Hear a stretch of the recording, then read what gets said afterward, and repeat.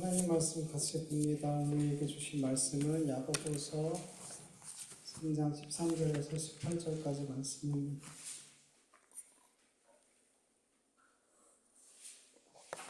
야고보서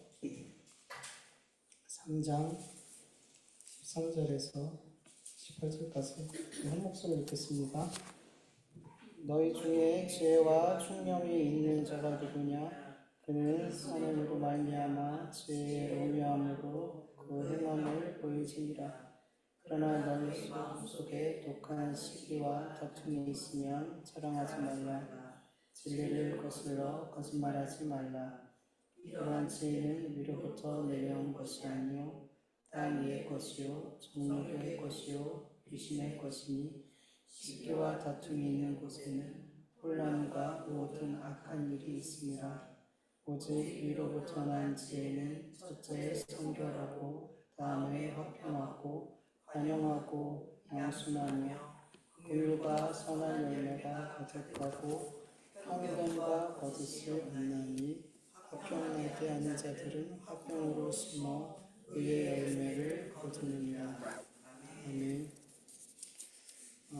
우리 계속해서 위로부터 온 지혜가 어떤 것인지에 대해서 같이 나누었어요. 위로부터 온 지혜를 소유한 자들은 성결한 삶을, 그리고 화평의 삶, 관용의 삶, 양순하고 그리고 공의와 선한 열매가 가득한 삶을 산다고 했어요. 근데 오늘은 그 위로부터 난 지혜를 받은 자들이 앞에서는 어떤 삶이 나타나야 된다, 이런 삶이 나타나야 된다라고 말했지만 오늘은 위로부터 온 지혜를 받은 자들의 삶에서 나타나지 말아야 될 삶, 없어야 될 삶에 대해서 오늘은 이야기하고 있어요.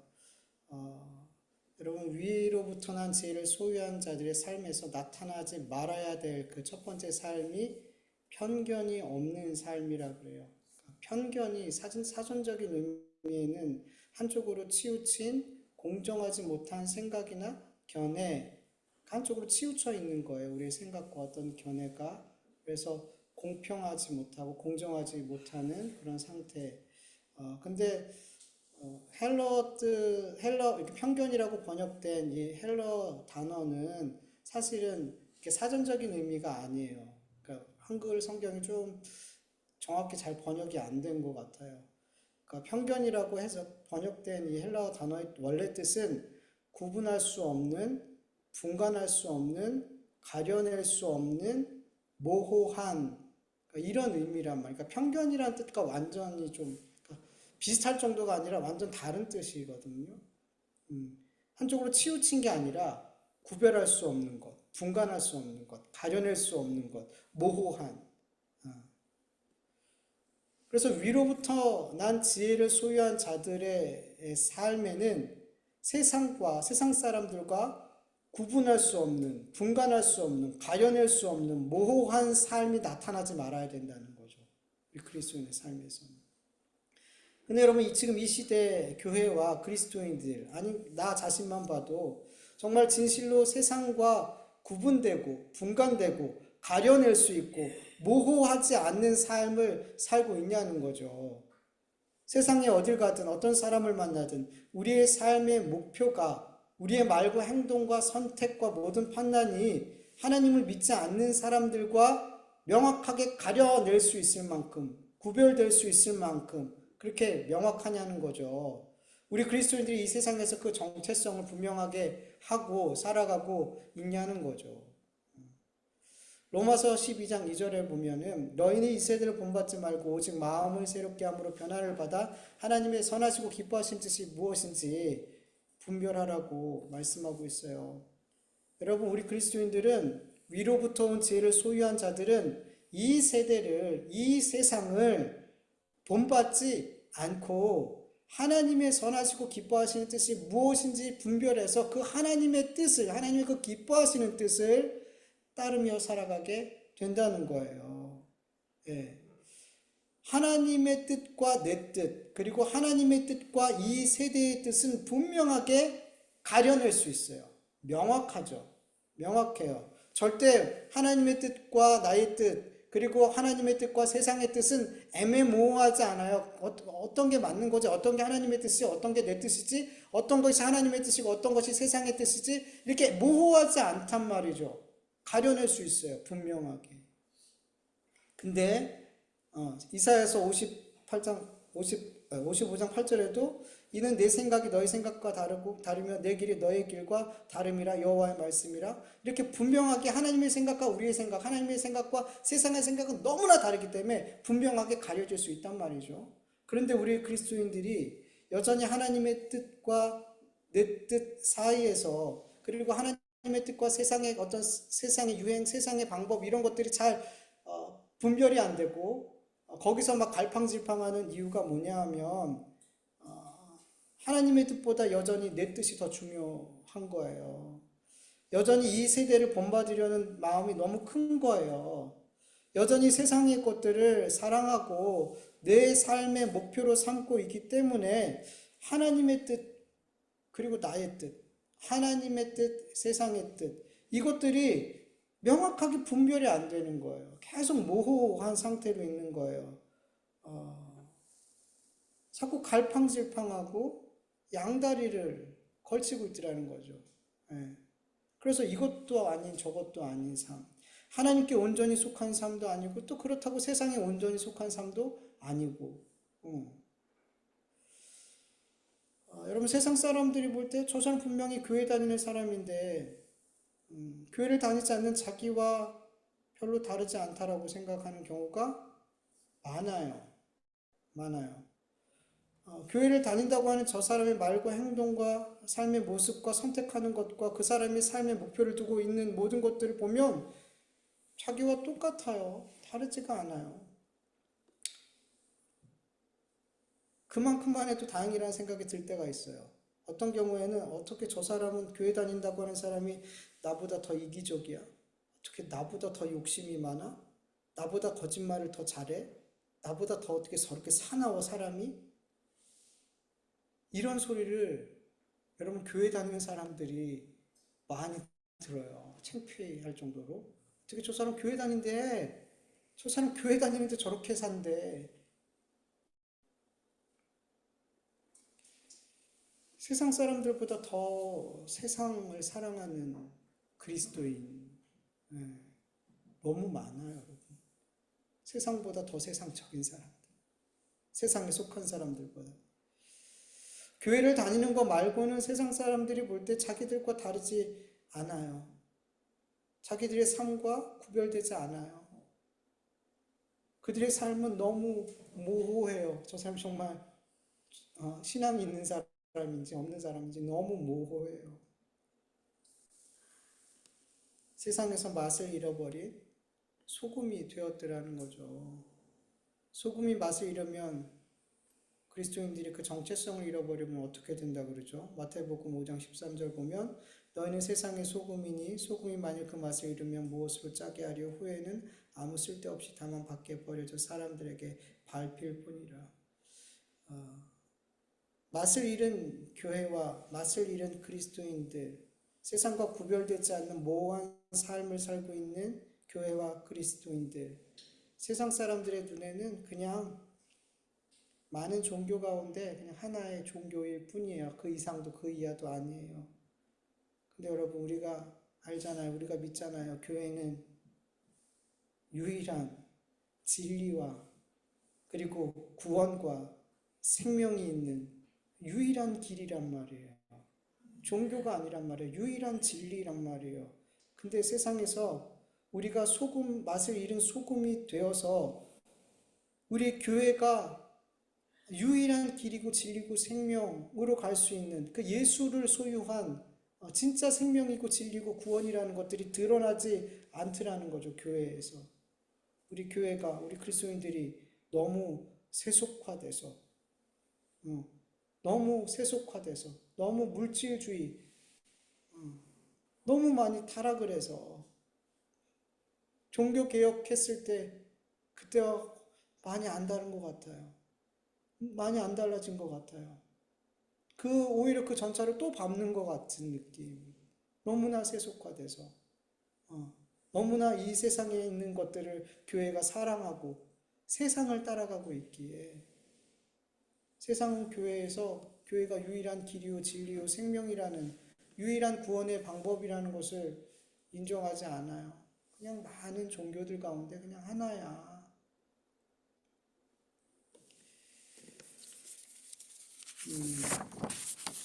여러분, 예수님께서는 누가복음 16장 13절에 이렇게 말씀하세요. 집 하인이 두 주인을 섬길 수가 없나니 혹 이를 미워하고 저를 사랑하거나 혹 이를 중히 여기고 저를 경히 여길 것임이라. 너희는 하나님과 재물을 겸하여 섬길 수 없느니라. 아멘. 여러분, 우리가 혹 하나님과 세상 사이에서 양다리를 걸치고 있다면 그것은 하나님도 섬기고 재물도 섬기는 것이 아니라 뭘 섬기는 걸까요? 세상을, 재물을 섬기는 거라는 것을 보면 그렇게 보면 확실해요.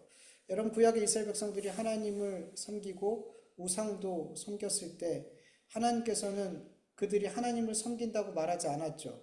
그들이 우상을 섬겼다 말했고 하나님을 떠났다 그랬고 하나님을 버렸다라고 말씀하고 계세요. 하나님만 섬겨야지 하나님을 섬기는 거지. 하나님도 섬기고 우상도 섬겼을 땐 하나님은 나를 버렸다라고 말씀하고 있단 말이에요. 나 안 섬긴다라고 말씀한단 말이에요. 내가 지금 세상과 하나님 사이에서 양다리를 걸치고 있는 삶을 살고 있다면 하나님이 주시는 영원한 복, 천국 이것도 포기하지 못하고 세상에서 육적인 복, 잘 먹고 잘 살고 이 세상에서 행복하게 사는 그것도 포기하지 못하겠고 하나님의 뜻과 내 뜻 사이에서 계속 저울질 그렇게 하고 있다면 우리는 계속해서 맛을 잃은 소금처럼 살아가게 될 거예요. 세상과 구별되지 않는 모호한 삶을 계속 살아가게 될 거란 말이죠. 여러분, 하나님과 세상 이 둘 다 포기하지 못하고 양다리를 걸치고 살고 있는 것은 하나님의 뜻과 내 뜻 사이에서 계속 갈팡질팡하고 있는 것은 결국에는 나에게 더 유익한 것을 선택하기 위함이에요. 결국에서 계속 저울질한다는 건 내가 나에게 더 유익이 되는 게 무엇인가를 고민하는 거예요. 이게 영적으로 나에게 더 유익이 되는 게 무엇인가를 고민하면 너무나 다행인데 우리의 고민은 우리의 육적인 것, 하나님을 섬기고 세상을 섬기는 이 두 가지 가운데 나에게 육적으로 더 유익이 되는 것이 무엇인가를 고민하더라는 거죠.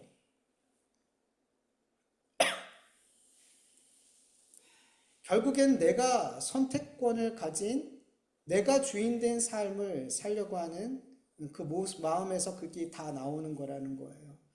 여러분, 결국 내가 주인되는 삶을 사는 거는 누구를 따르는 걸까요? 마귀를 따르는 거예요. 마귀는 우리에게 항상 하나님이 너의 주인이 아니야. 너의 삶엔 네가 주인이야. 네가 원하고 네가 결정하는 거야. 너가 세상의 중심이야. 너의 삶에 네가 중심이야. 마귀는 끊임없이 우리한테 그렇게 가르치거든요. 그래서 하나님이 우리의 삶의 주인의 자리에서 자꾸만 이렇게 쫓아버린단 말이에요. 그래서 우리가 이렇게 내가 선택의 중심이고 내가 주인인 인생을 살게 된다는 건 이건 마귀의 종으로 살아가는 거나 마찬가지인 거예요. 여러분, 마귀의 종이 아닌 하나님의 종, 하나님을 섬기는 삶을 살아야 여러분 우리는 세상과 구별된 모호하지 않는 분명한 그리스도인의 정체성을 가지고 살게 됨을 믿으시길 간절히 원합니다. 그렇다면 여러분, 우리 그리스도인들이 어떻게 하나님과 세상 사이에서 양다리 걸치지 않고 두 주인 섬기지 않고 모호하지 않는 그리스도인으로서의 삶을 살 수 있을까요? 너무나 많은 것들을 나눌 수 있겠지만 우리가 계속 나누고 있는 주제는 위로부터 난 지혜이잖아요. 이 위로부터 난 지혜, 이 말씀에 관련해서 말씀드리자면 결국 우리 그리스도인들이 정체성을 잃지 않고 이 세상에서 모호하지 않는 삶, 양다리 걸치지 않고 하나님만을 나의 주님으로 아버지로 섬기는 삶을 살기 위해서는 우리는 늘 그리고 평생 동안 위로부터 난 지혜를 구하는 삶을 살아야 돼요. 위로부터 난 지혜를 구하는 삶을 살아야 돼요. 우리가 앞에서 계속 말씀을 나눠봤던 것처럼 위로부터 난 지혜는 성결한 삶을 살게 하고 화평의 삶을 살게 하고 관용의 삶, 양순의 삶, 궁휼한 삶, 선한 열매가 가득한 삶, 편견과 거짓이 없는 삶을 살게 한대요. 근데 우리는 우리 안에서 이러한 삶이 나오지 않아요. 우리 안에 있는 지혜는 우리를 이렇게 살 수 있게 만들지 못해요. 그래서 하나님께서 우리에게 지혜를 주셔야 돼요. 그 지혜를 우리가 소유해야지 우리는 이 세상에서 세상의 지혜를 가지고 살아가는 사람들과 다른 삶, 분별이 되고 걸러지고 다른 삶을, 정체성을 분명히 한 삶을 살 수 있게 되는 거라는 거예요. 예. 여러분 야고보서 1장 5절에 보면 너희 중에 누구든지 지혜가 부족하거든 모든 사람에게 후히 주시고 꾸짖지 않는 하나님께 구하라 그리하면 주시리라 라고 약속하고 계세요. 여러분 우리는 지혜가 부족해요. 세상적인 지혜가 아니고 하늘로부터 오는 지혜가 우리는 우리의 삶을 보면 인정할 수밖에 없어요. 우리의 삶을 보면 우리는 세상의 지혜로 살아가고 있지 하나님께서 위로부터 온 지혜로 살아가고 있지 않는 나의 모습들이 너무나 쉽게 어렵지 않게 발견된단 말이에요. 우리는 하늘로부터 오는 지혜가 너무나 필요한 존재예요. 이건 내 안에서 나올 수가 없어요. 그래서 어떻게 하는 거예요? 평생토록 늘 이 하늘로부터 오는 지혜를 구해야 되는 거예요. 네. 하나님께서 그 아들이 돌을 달라고 하는 것도 아니고 떡을 달라고 하는데 안 주시겠어요? 하나님께서 그 아들이 뱀을 달라고 하는 것도 아니고 생선을 달라고 하는데 하나님께서 안 주시겠어요? 하나님은 그 아들이 돌을 달라고 해도 떡을 주시고 뱀을 달라고 해도 우리에게 생선을 주시려는 우리에게 가장 좋은 것을 주시려고 하는 아버지신데 우리가 마땅히 구할 것을 구하는데 당연히 주시지 않겠냐는 거죠. 근데 왜 안 주실까요? 왜 우리가 하늘로부터 온 지혜가 아니라 세상 지혜를 가지고 계속 살아가게 될까요? 안 구하잖아요. 우리가 안 구해요. 세상에서 성공하고 부자 되고 유명해지고 건강해지고 뭐 너무나 많은 것들을 열심히 구해요. 또 내 앞에 어떤 문제들이 있으면 그 문제 해결을 위해서 정말 뭐 새벽 기도도 하고 금식 기도도 하면서 정말 열심히 구해요. 내 문제에 있어서는 그렇게 열심히 구해요. 나의 육신의 유익을 위해서는 정말 열심히 구해요. 근데 하늘로부터 오는 지혜를 정말 여러분 간절히 구해보셨나요? 하나님, 성경은 하늘로부터 온 지혜를 소유한 자들은 반드시 성결한 삶을 산다고 하는데 하나님 정말 제 삶이 성결했으면 좋겠어요. 저의 삶이 정말 성결했으면 좋겠고 제가 정말 양순한 삶을 살았으면 좋겠고 제가 정말 긍휼히 여기는 삶을 살았으면 좋겠고 정말 그렇게 여러분 간절하게 이 땅의 것들을 욕심내며 열망하며 구하듯이 그렇게 하늘로부터 오는 지혜를 우리가 구하냐는 거죠. 별 관심 없어요.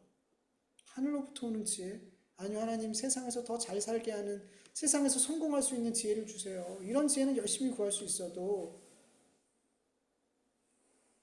이 하늘로부터 오는 지혜, 나를 깎아내고 나를 낮추고 나를 엎드리게 만들고 인내해야 되고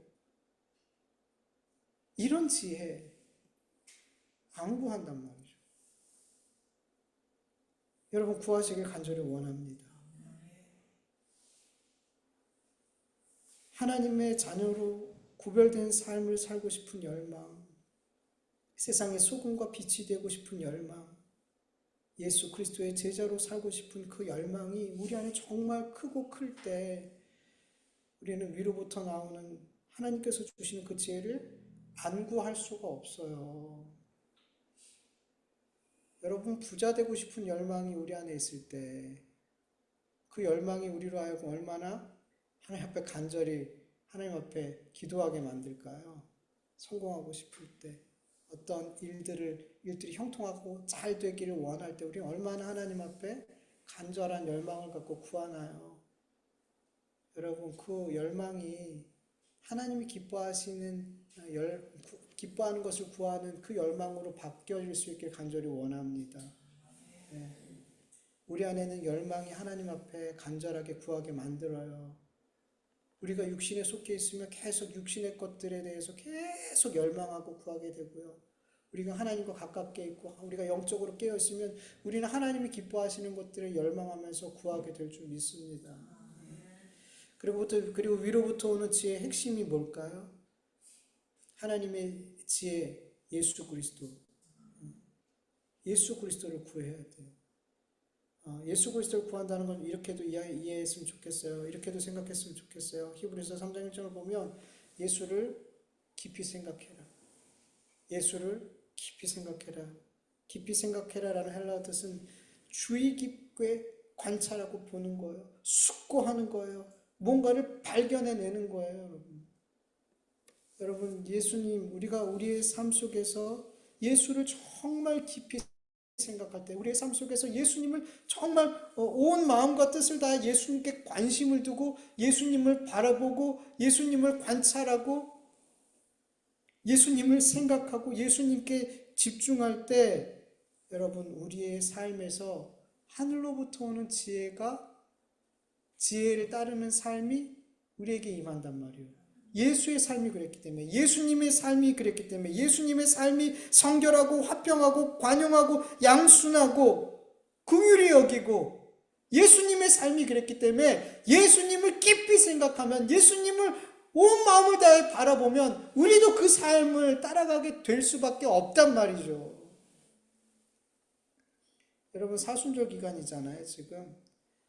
사순절 기간의 좋은 점은 예수님을 많이 생각한다는 거죠. 말씀도, 복음서도 많이 읽고, 예수님을 많이 생각하는 유익이 있어요. 고난주간은 더 그렇죠. 더 집중해서 예수님을 생각하죠. 근데 여러분, 우리 그리스도인들은 사순절, 고난주간만 예수님을 묵상하는 게 아니란 말이에요. 우리의 일상에서 차라리 사순절 기간이 1년 내내였으면 차라리 좋겠다 싶은 생각이 들 정도로 그 시간이 지나면 또 예수님은 없고 더 내가 예수님만 생각했던 그 시간보다 그 시간이 딱 끝나버리면 나에 대해서 더 집중하더라는 거죠. 나에 대해서. 예수님이 이제 없어져 버려. 차라리 그러면 1년 내내 사순절이고 고난주간이었으면 좋겠어요. 차라리 예수님만 생각하고. 그게 복일 수도 있어요. 그게 복일 수가 있는 게 아니라 그게 복이라고 생각이 돼요. 저는 개인적으로. 여러분, 사순절 기간, 고난주간만 예수님을 깊이 생각하는 게 아니고요. 우리의 일상에서, 우리의 늘상이 예수님을 생각해야 돼요. 예수님을 깊이 생각해야 돼요. 예수님을 구해야 돼요. 그럴 때 여러분, 우리 안에서 세상과 구별되는 삶, 애매모호하지 않는 예수 그리스도를 따르는 그리스도인의 정체성이 분명한 삶이 나오게 될 줄 믿습니다. 여러분, 너무 우리가 모호한 삶을 살고 있어요. 교회가 너무 모호하게 살고 있어요. 아니에요, 여러분. 아니에요. 교회가 복음으로 무장하고 영적으로 깨어있을 때 항상 그 사회에서 달랐어요. 평양 부흥, 대부흥이 일어나고 교회 부흥이 일어날 때 교회는, 성도는 달랐어요. 구별됐어요. 항상 그랬어요. 지금은 어떨까요? 모호해요. 이것도 아니고 저것도 아니에요. 그게 지금 우리 교회와 우리 그리스도인들이 지금 현재 주소예요. 여기서 벗어나야 돼요. 벗어나야 돼요. 위로부터 난 지혜를 구해야 돼요. 위로부터 오는 지혜를 소유한 자들의 삶에서 나타나지 말아야 될 두 번째 삶은 거짓 없는 삶이에요. 그냥 거짓말하지 않는 이런 의미가 아니라요. 헬라어 단어를 뜻을 보면 가십기 없는, 위선이 없는 삶을 이야기하는 거예요. 겉과 속이 다른 외식하는 신앙의 삶을 살았던 바리새인과 서기관들을 향해서 예수님이 얼마나 무섭게 화를 선포하셨어요.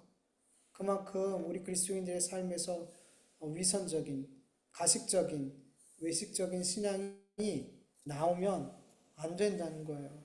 마태복음 15장 7절에서 9절 보면 외식하는 자들아 이사야가 너에 관하여 잘 예언하였도다. 일렀을 때 이 백성이 입술로는 나를 공경하되 마음으로는 내게 멀도다. 사람의 계명으로 교훈을 삼아 가르치니 나를 헛되이 경배하는도다 하였느니라.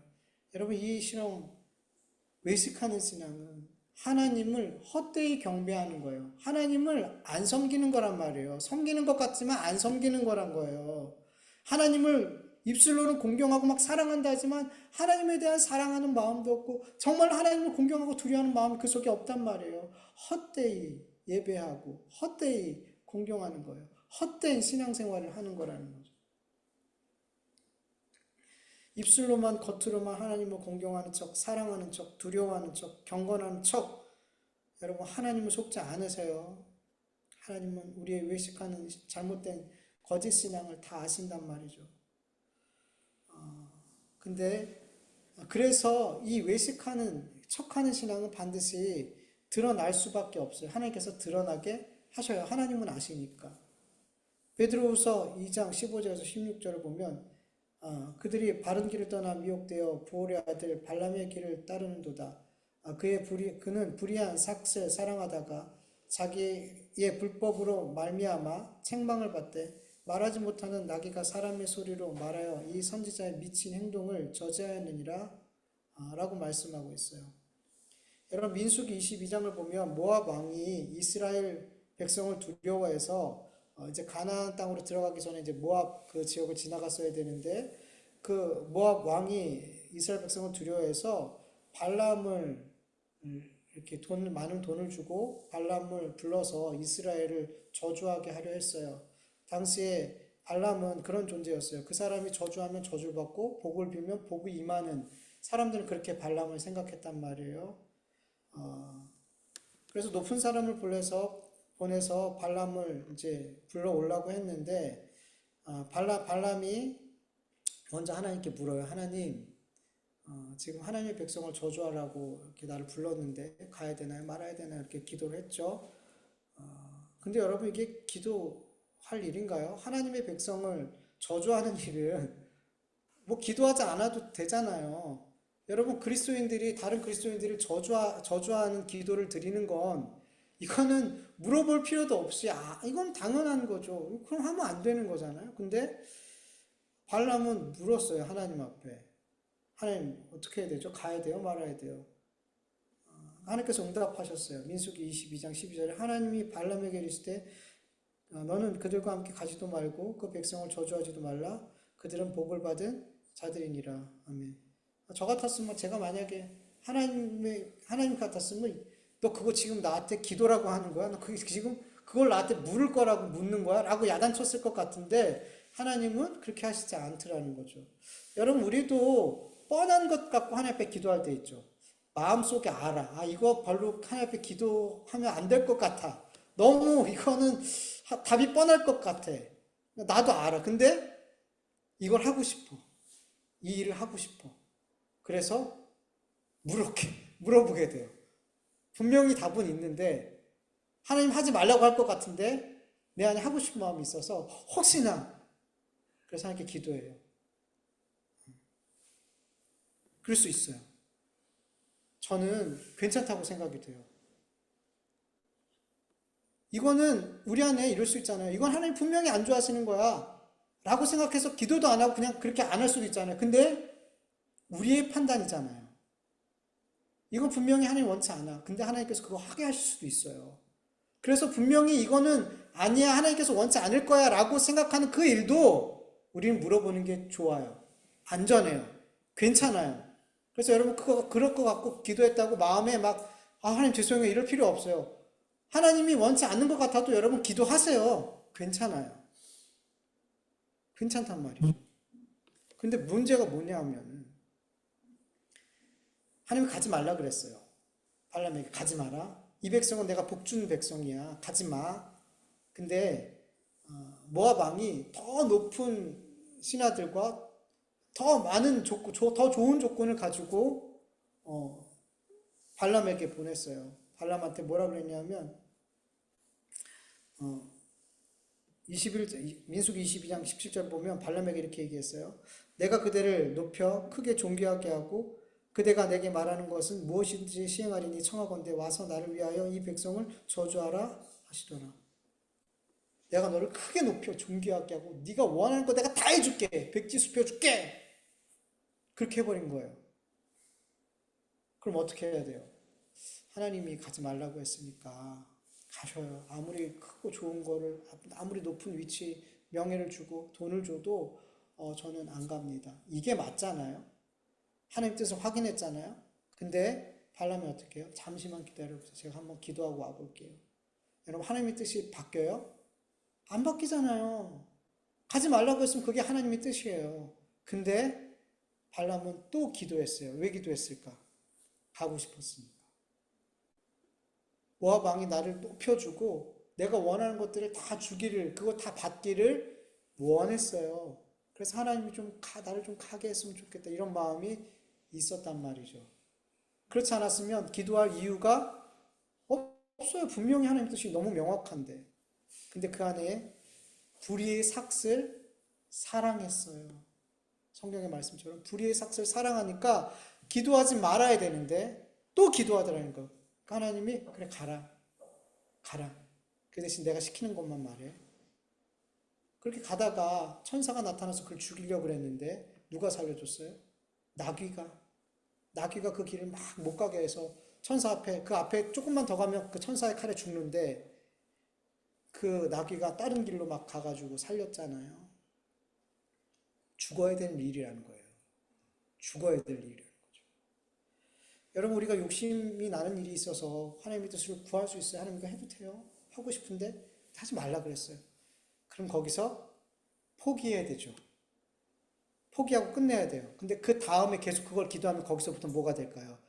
진짜 죄가 되는 거예요. 거기서부터는. 근데 그렇게까지 계속 가는 분들이 많아요.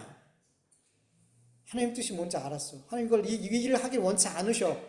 근데도 계속 물어. 계속 구해. 거기서부터는 죄란 말이에요. 괜찮지 않은 거란 말이에요. 여러분 물어보세요. 하나님께서 원치 않는 것 같은데 그래도 여러분 한번 물어보세요. 기도하세요. 괜찮아요. 그게 안전해요. 그리고 하나님의 뜻을 알았다면 포기하세요. 집착하지 마세요. 더 이상. 그 뒤로부터 기도하는 모든 거는 기도가 아니라 죄를 하나님이 심판에 쌓고 있다라고 생각하면 정확해요. 네, 정확해요. 발람의 죄는 여기서 끝나지 않았어요. 요한계시록 2장 14절을 보면 그러나 내가 두어 가지 책망할 것이 있나니 거기 내게 발람의 교훈을 지키는 자들이 있도다. 발람이 발락 모압 왕을 가르쳐 이스라엘 자손 앞에 걸림돌을 놓아 우상의 제물을 먹게 하였고 또 음행하게 하였느니라. 이런 발람은 모압 왕에게 이스라엘을 넘어뜨릴 수 있는 방법을 가르쳐 줬어요. 그래서 그 모압 땅 앞에서 이스라엘 백성들이 우상을 섬기고 음행을 해가지고 그 2만 4천 명을 하나님께서 연병을 통해서 죽이셨잖아요. 누구 때문이에요? 발람 때문이에요, 여러분. 발람이 가르쳐 줬어요. 그렇게 하라고. 이런 부올의 아들 발람은 겉으로 볼 때 선지자였고 하나님을 경외하고 섬기는 사람처럼 보였어요. 하나님의 뜻을 묻고 행하는 사람처럼 보였어요. 마치 순종을 잘하는 사람처럼 보였어요. 그러나 이 세상 부귀와 영화가 그의 앞에 있을 때 그의 존재가 그가 정말 섬기고자 하는 것이 무엇이었는지, 그냥 하나님을 섬긴 게 아니라 이 세상의 것들, 부귀와 영화를 섬기는 사람이었다는 거예요. 결국 하나님을 섬기는 가장 핵심적인 목표도 뭐였을까요? 이 세상의 영예와 부귀였어요. 이 세상의 잘됨을 위해서 하나님을 섬겼더라는 거죠. 여러분 육신에 속한 자는 언젠가 그 정체성이 드러나게 돼 있어요. 하나님께서 드러나게 하세요. 아무리 거룩한 척, 하나님의 자녀인 척, 거듭난 척, 영에 속한 자인 척 그렇게 척을 해도 하나님이 때가 되면 드러나게 하신단 말이죠. 불의의 삭 앞에 현실적인 유익 앞에 그 정체성이, 그 외식함이 이렇게 드러나게 하나님께서 만드신다는 거죠. 로마서 9장 5절에서 8절을 보면 육신을 따르는 자는 육신의 일을, 영을 따르는 자는 영의 일을 생각하나니 육신의 생각은 사망이요 영의 생각은 생명과 평안이니라. 육신의 생각은 하나님과 원수되게 하나니 이는 하나님의 법에 굴복하지 아니할 뿐만 아니라 할 수도 없음이라. 육신에 있는 자들은 하나님을 기쁘시게 할 수 없느니라. 아멘. 여러분, 육신에 속한 자, 육신의 일을 늘 생각하는 사람은 겉으로 아무리 그런 척 아닌 척 할지라도 결국에는 육신의 일을 따를 수밖에 없어요. 결정적인 순간에 육신의 일을 선택하게 되더라는 거죠. 예. 결국에는 하나님의 원수된 결정을, 원수된 삶을 선택하게 된단 말이에요. 예. 여러분, 교회 안에 있지만 여전히 육신의 일을 영적인 일보다 더 가치 있게 여기고 따르는 사람들이 있어요. 그런데 평상시에는 잘 안 나타나요. 겉으로는 잘 안 나타나요. 그들도 똑같이 우리와 예배드리고 헌금도 드리고 교회에서 봉사도 하고 직분도 감당하고 똑같이 살아간단 말이에요. 똑같이 신앙생활 한단 말이에요. 그런데 육에 속한 사람은, 외식하는 가짜 신앙인은 그 어느 순간에 드러나요.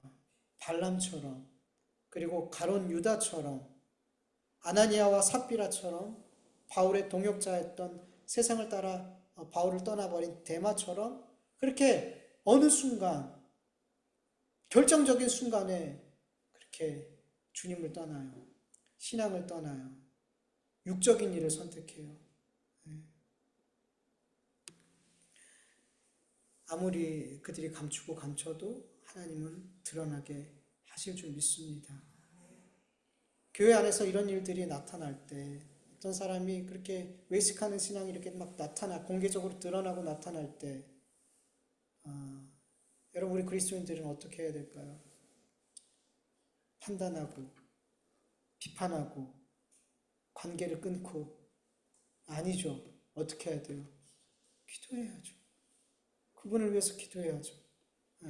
그리고 지금 그분이 잠시 신앙의 깊은 슬럼프에 빠져 있는 순간일 수도 있잖아요.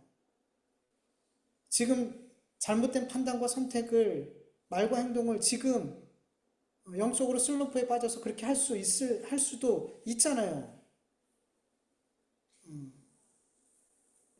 그래서 우리 그리스도인들은 하나님께서 그 속사람이 영에 속한 사람이 아니고 육에 속한, 육을 따르는 사람이라는 것을 드러나게 하셨을 때, 외식하는 신앙임을 드러나게 하셨을 때, 혹 지금 그의 영적인 상태가 최악인 그것임을 이렇게 드러나게 하셨을 때, 하나님께서 그 사람이 정직하게 자신의 모습을 인정하고 회개하고 돌이킬 수 있도록 간절히 위해 기도해 주는 거라는 거죠.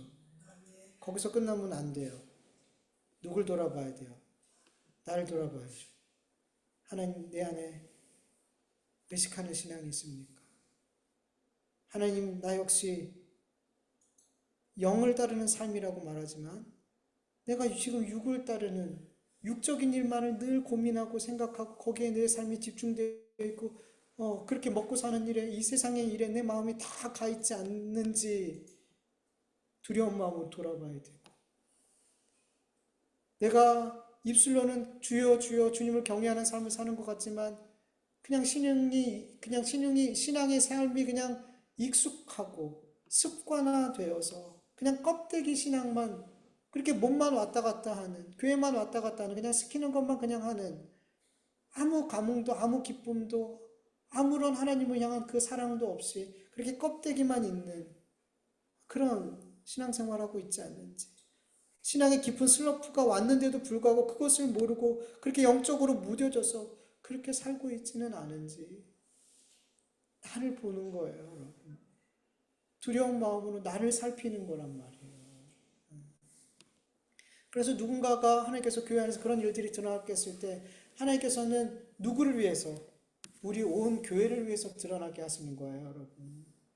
그래서 그 성도를 정죄하고 판단하고 막 그 사람에 대해서 안 좋게 생각하고 내 그럴 줄 알았어 막 이렇게 나가면 안 되는 거예요. 지금 누구에게 말씀하는 거예요? 그분을 통해서 나에게 말씀하고 있는 거예요. 나를 보라고 하는 거란 말이에요. 우리 교회를 보라고 하는 거란 말이에요. 그 사람은 내가 될 수 있어요. 나를 통해서 우리 교회를 위해서 나를 통해서 우리 교회를 그렇게 돌아보게 하실 수 있단 말이에요. 그분이 아니라 나를 통해서. 누구든 하나님께서 그렇게 하실 수 있단 말이죠. 그래서 우리는 그런 상황이 됐을 때 우리는 나를 보는 거예요. 우리를 보는 거예요. 우리의 교회 모습을 보는 거예요. 그래야 되는 거예요. 그게 건강한 교회예요.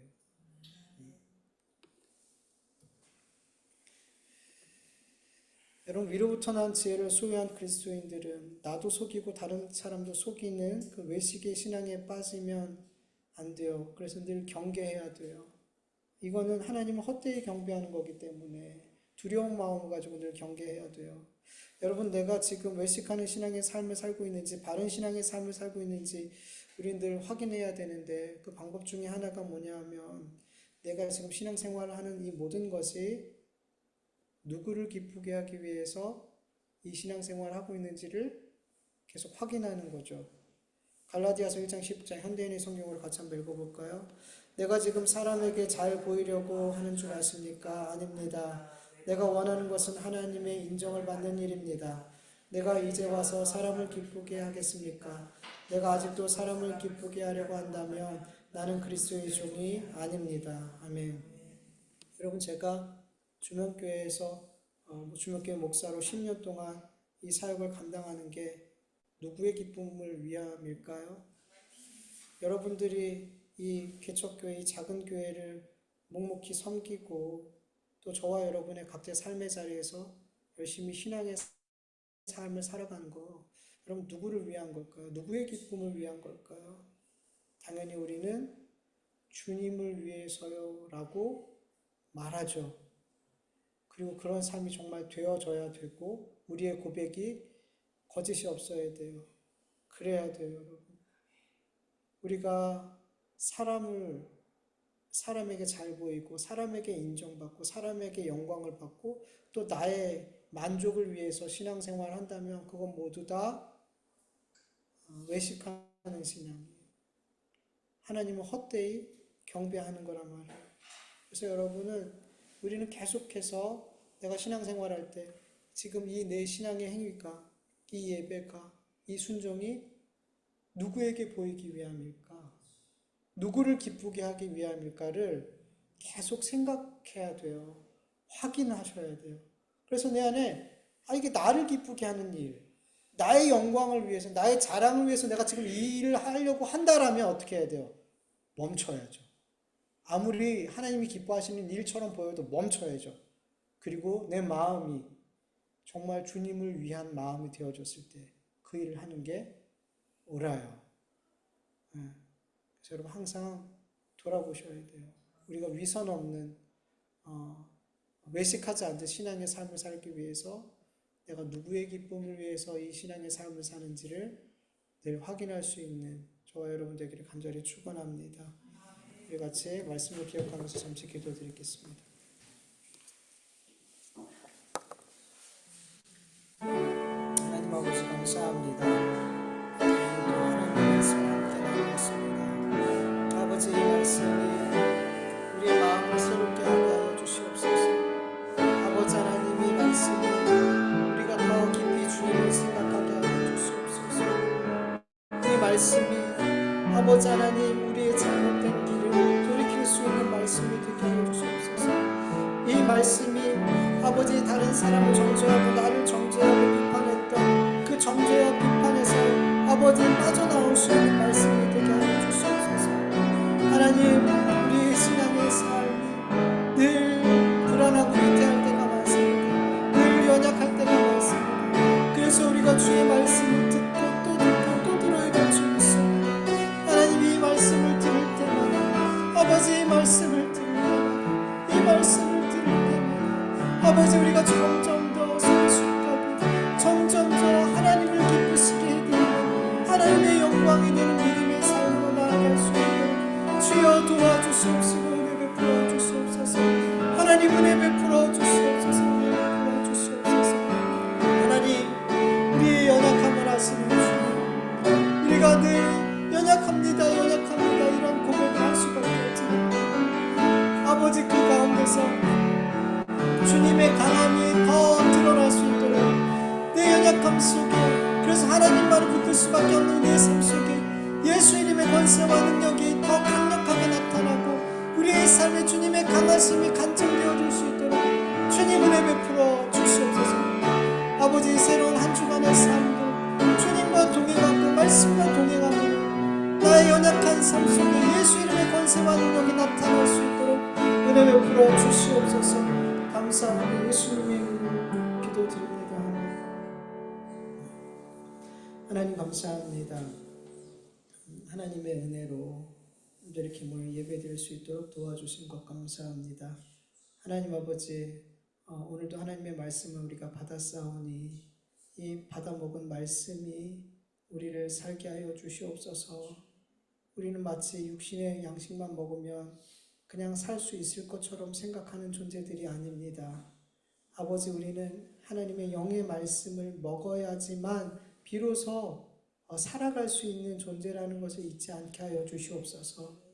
매일매일 주의 말씀을 가까이 하고 또 예배 가운데 주신 말씀이 내 마음에 묵상이 되고 그렇게 말씀을 먹고 말씀과 동행함으로 여러분 이번 한 주도 아버지 우리 모두가 주 안에서 승리할 수 있는 삶이 되게 해주시옵소서. 연약한 우리의 삶에 예수님의 이름의 권세와 능력이 나타날 수 있도록 역사하여 주시옵소서. 하나님 아버지, 우리 주명교회 성도들 가운데 육신의 연약함이 있습니까? 아버지 하나님, 영적으로 연약함이 있습니까? 하나님 도와주시옵소서. 굽어 살펴주셔서 그 시간들이 우리에게 그 연약한 시간들이 더욱 주님을 찾고 주님과 가까이 할 수 있는 기회가 되어줄 수 있도록 주님 도와주시옵소서.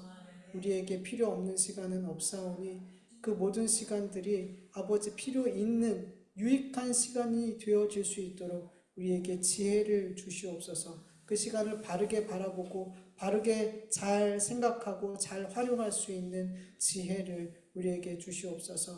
우리가 세상의 지혜를 하나님 앞에 구할 때가 많습니다. 세상의 지혜로 세상에서 잘 살고 잘 먹고 성공하고 이런 지혜를 구할 때가 너무나 많은데 정말 위로부터 오는 지혜, 예수님을 따르는 지혜, 그 지혜를 정말 간절히 구하고 그 위로부터 온 지혜를 소유해서 해야 할 것과 하지 말아야 될 것을 구별하고 해야 나타나야 될 삶이 나타나고 나타나지 말아야 될 삶은 나타나지 않도록 주님 은혜 베풀어 주시옵소서. 주님 앞에 귀한 예물을 올려드렸사오니 아버지, 이 귀한 예물이 하나님을 기쁘시게 해드리고 하나님의 복음이 증거되는 귀한 곳에 아버지 이 물질들이 사용되어 줄 수 있도록 도와주시옵시고 아버지 하나님, 작은 물질이지만 하나님 작은 물고기 2마리와 그 떡 5개로 아버지 하나님 놀라운 기적을 이루셨던 것처럼 아버지 하나님, 우리의 손길로 드린 작은 이 예물들이 아버지 하나님 그렇게 많은 하나님의 일들을 드러낼 수 있는 그런 예물로 아버지 하나님 잘 쓰여질 수 있도록 은혜 베풀어 주시옵소서. 드린 모든 손길들 위에 그 가정과 일터 위에 하나님께서 굽어 살피시사 필요한 육적인 영적인 아버지 하나님 필요를 주께서 채워 주시옵소서.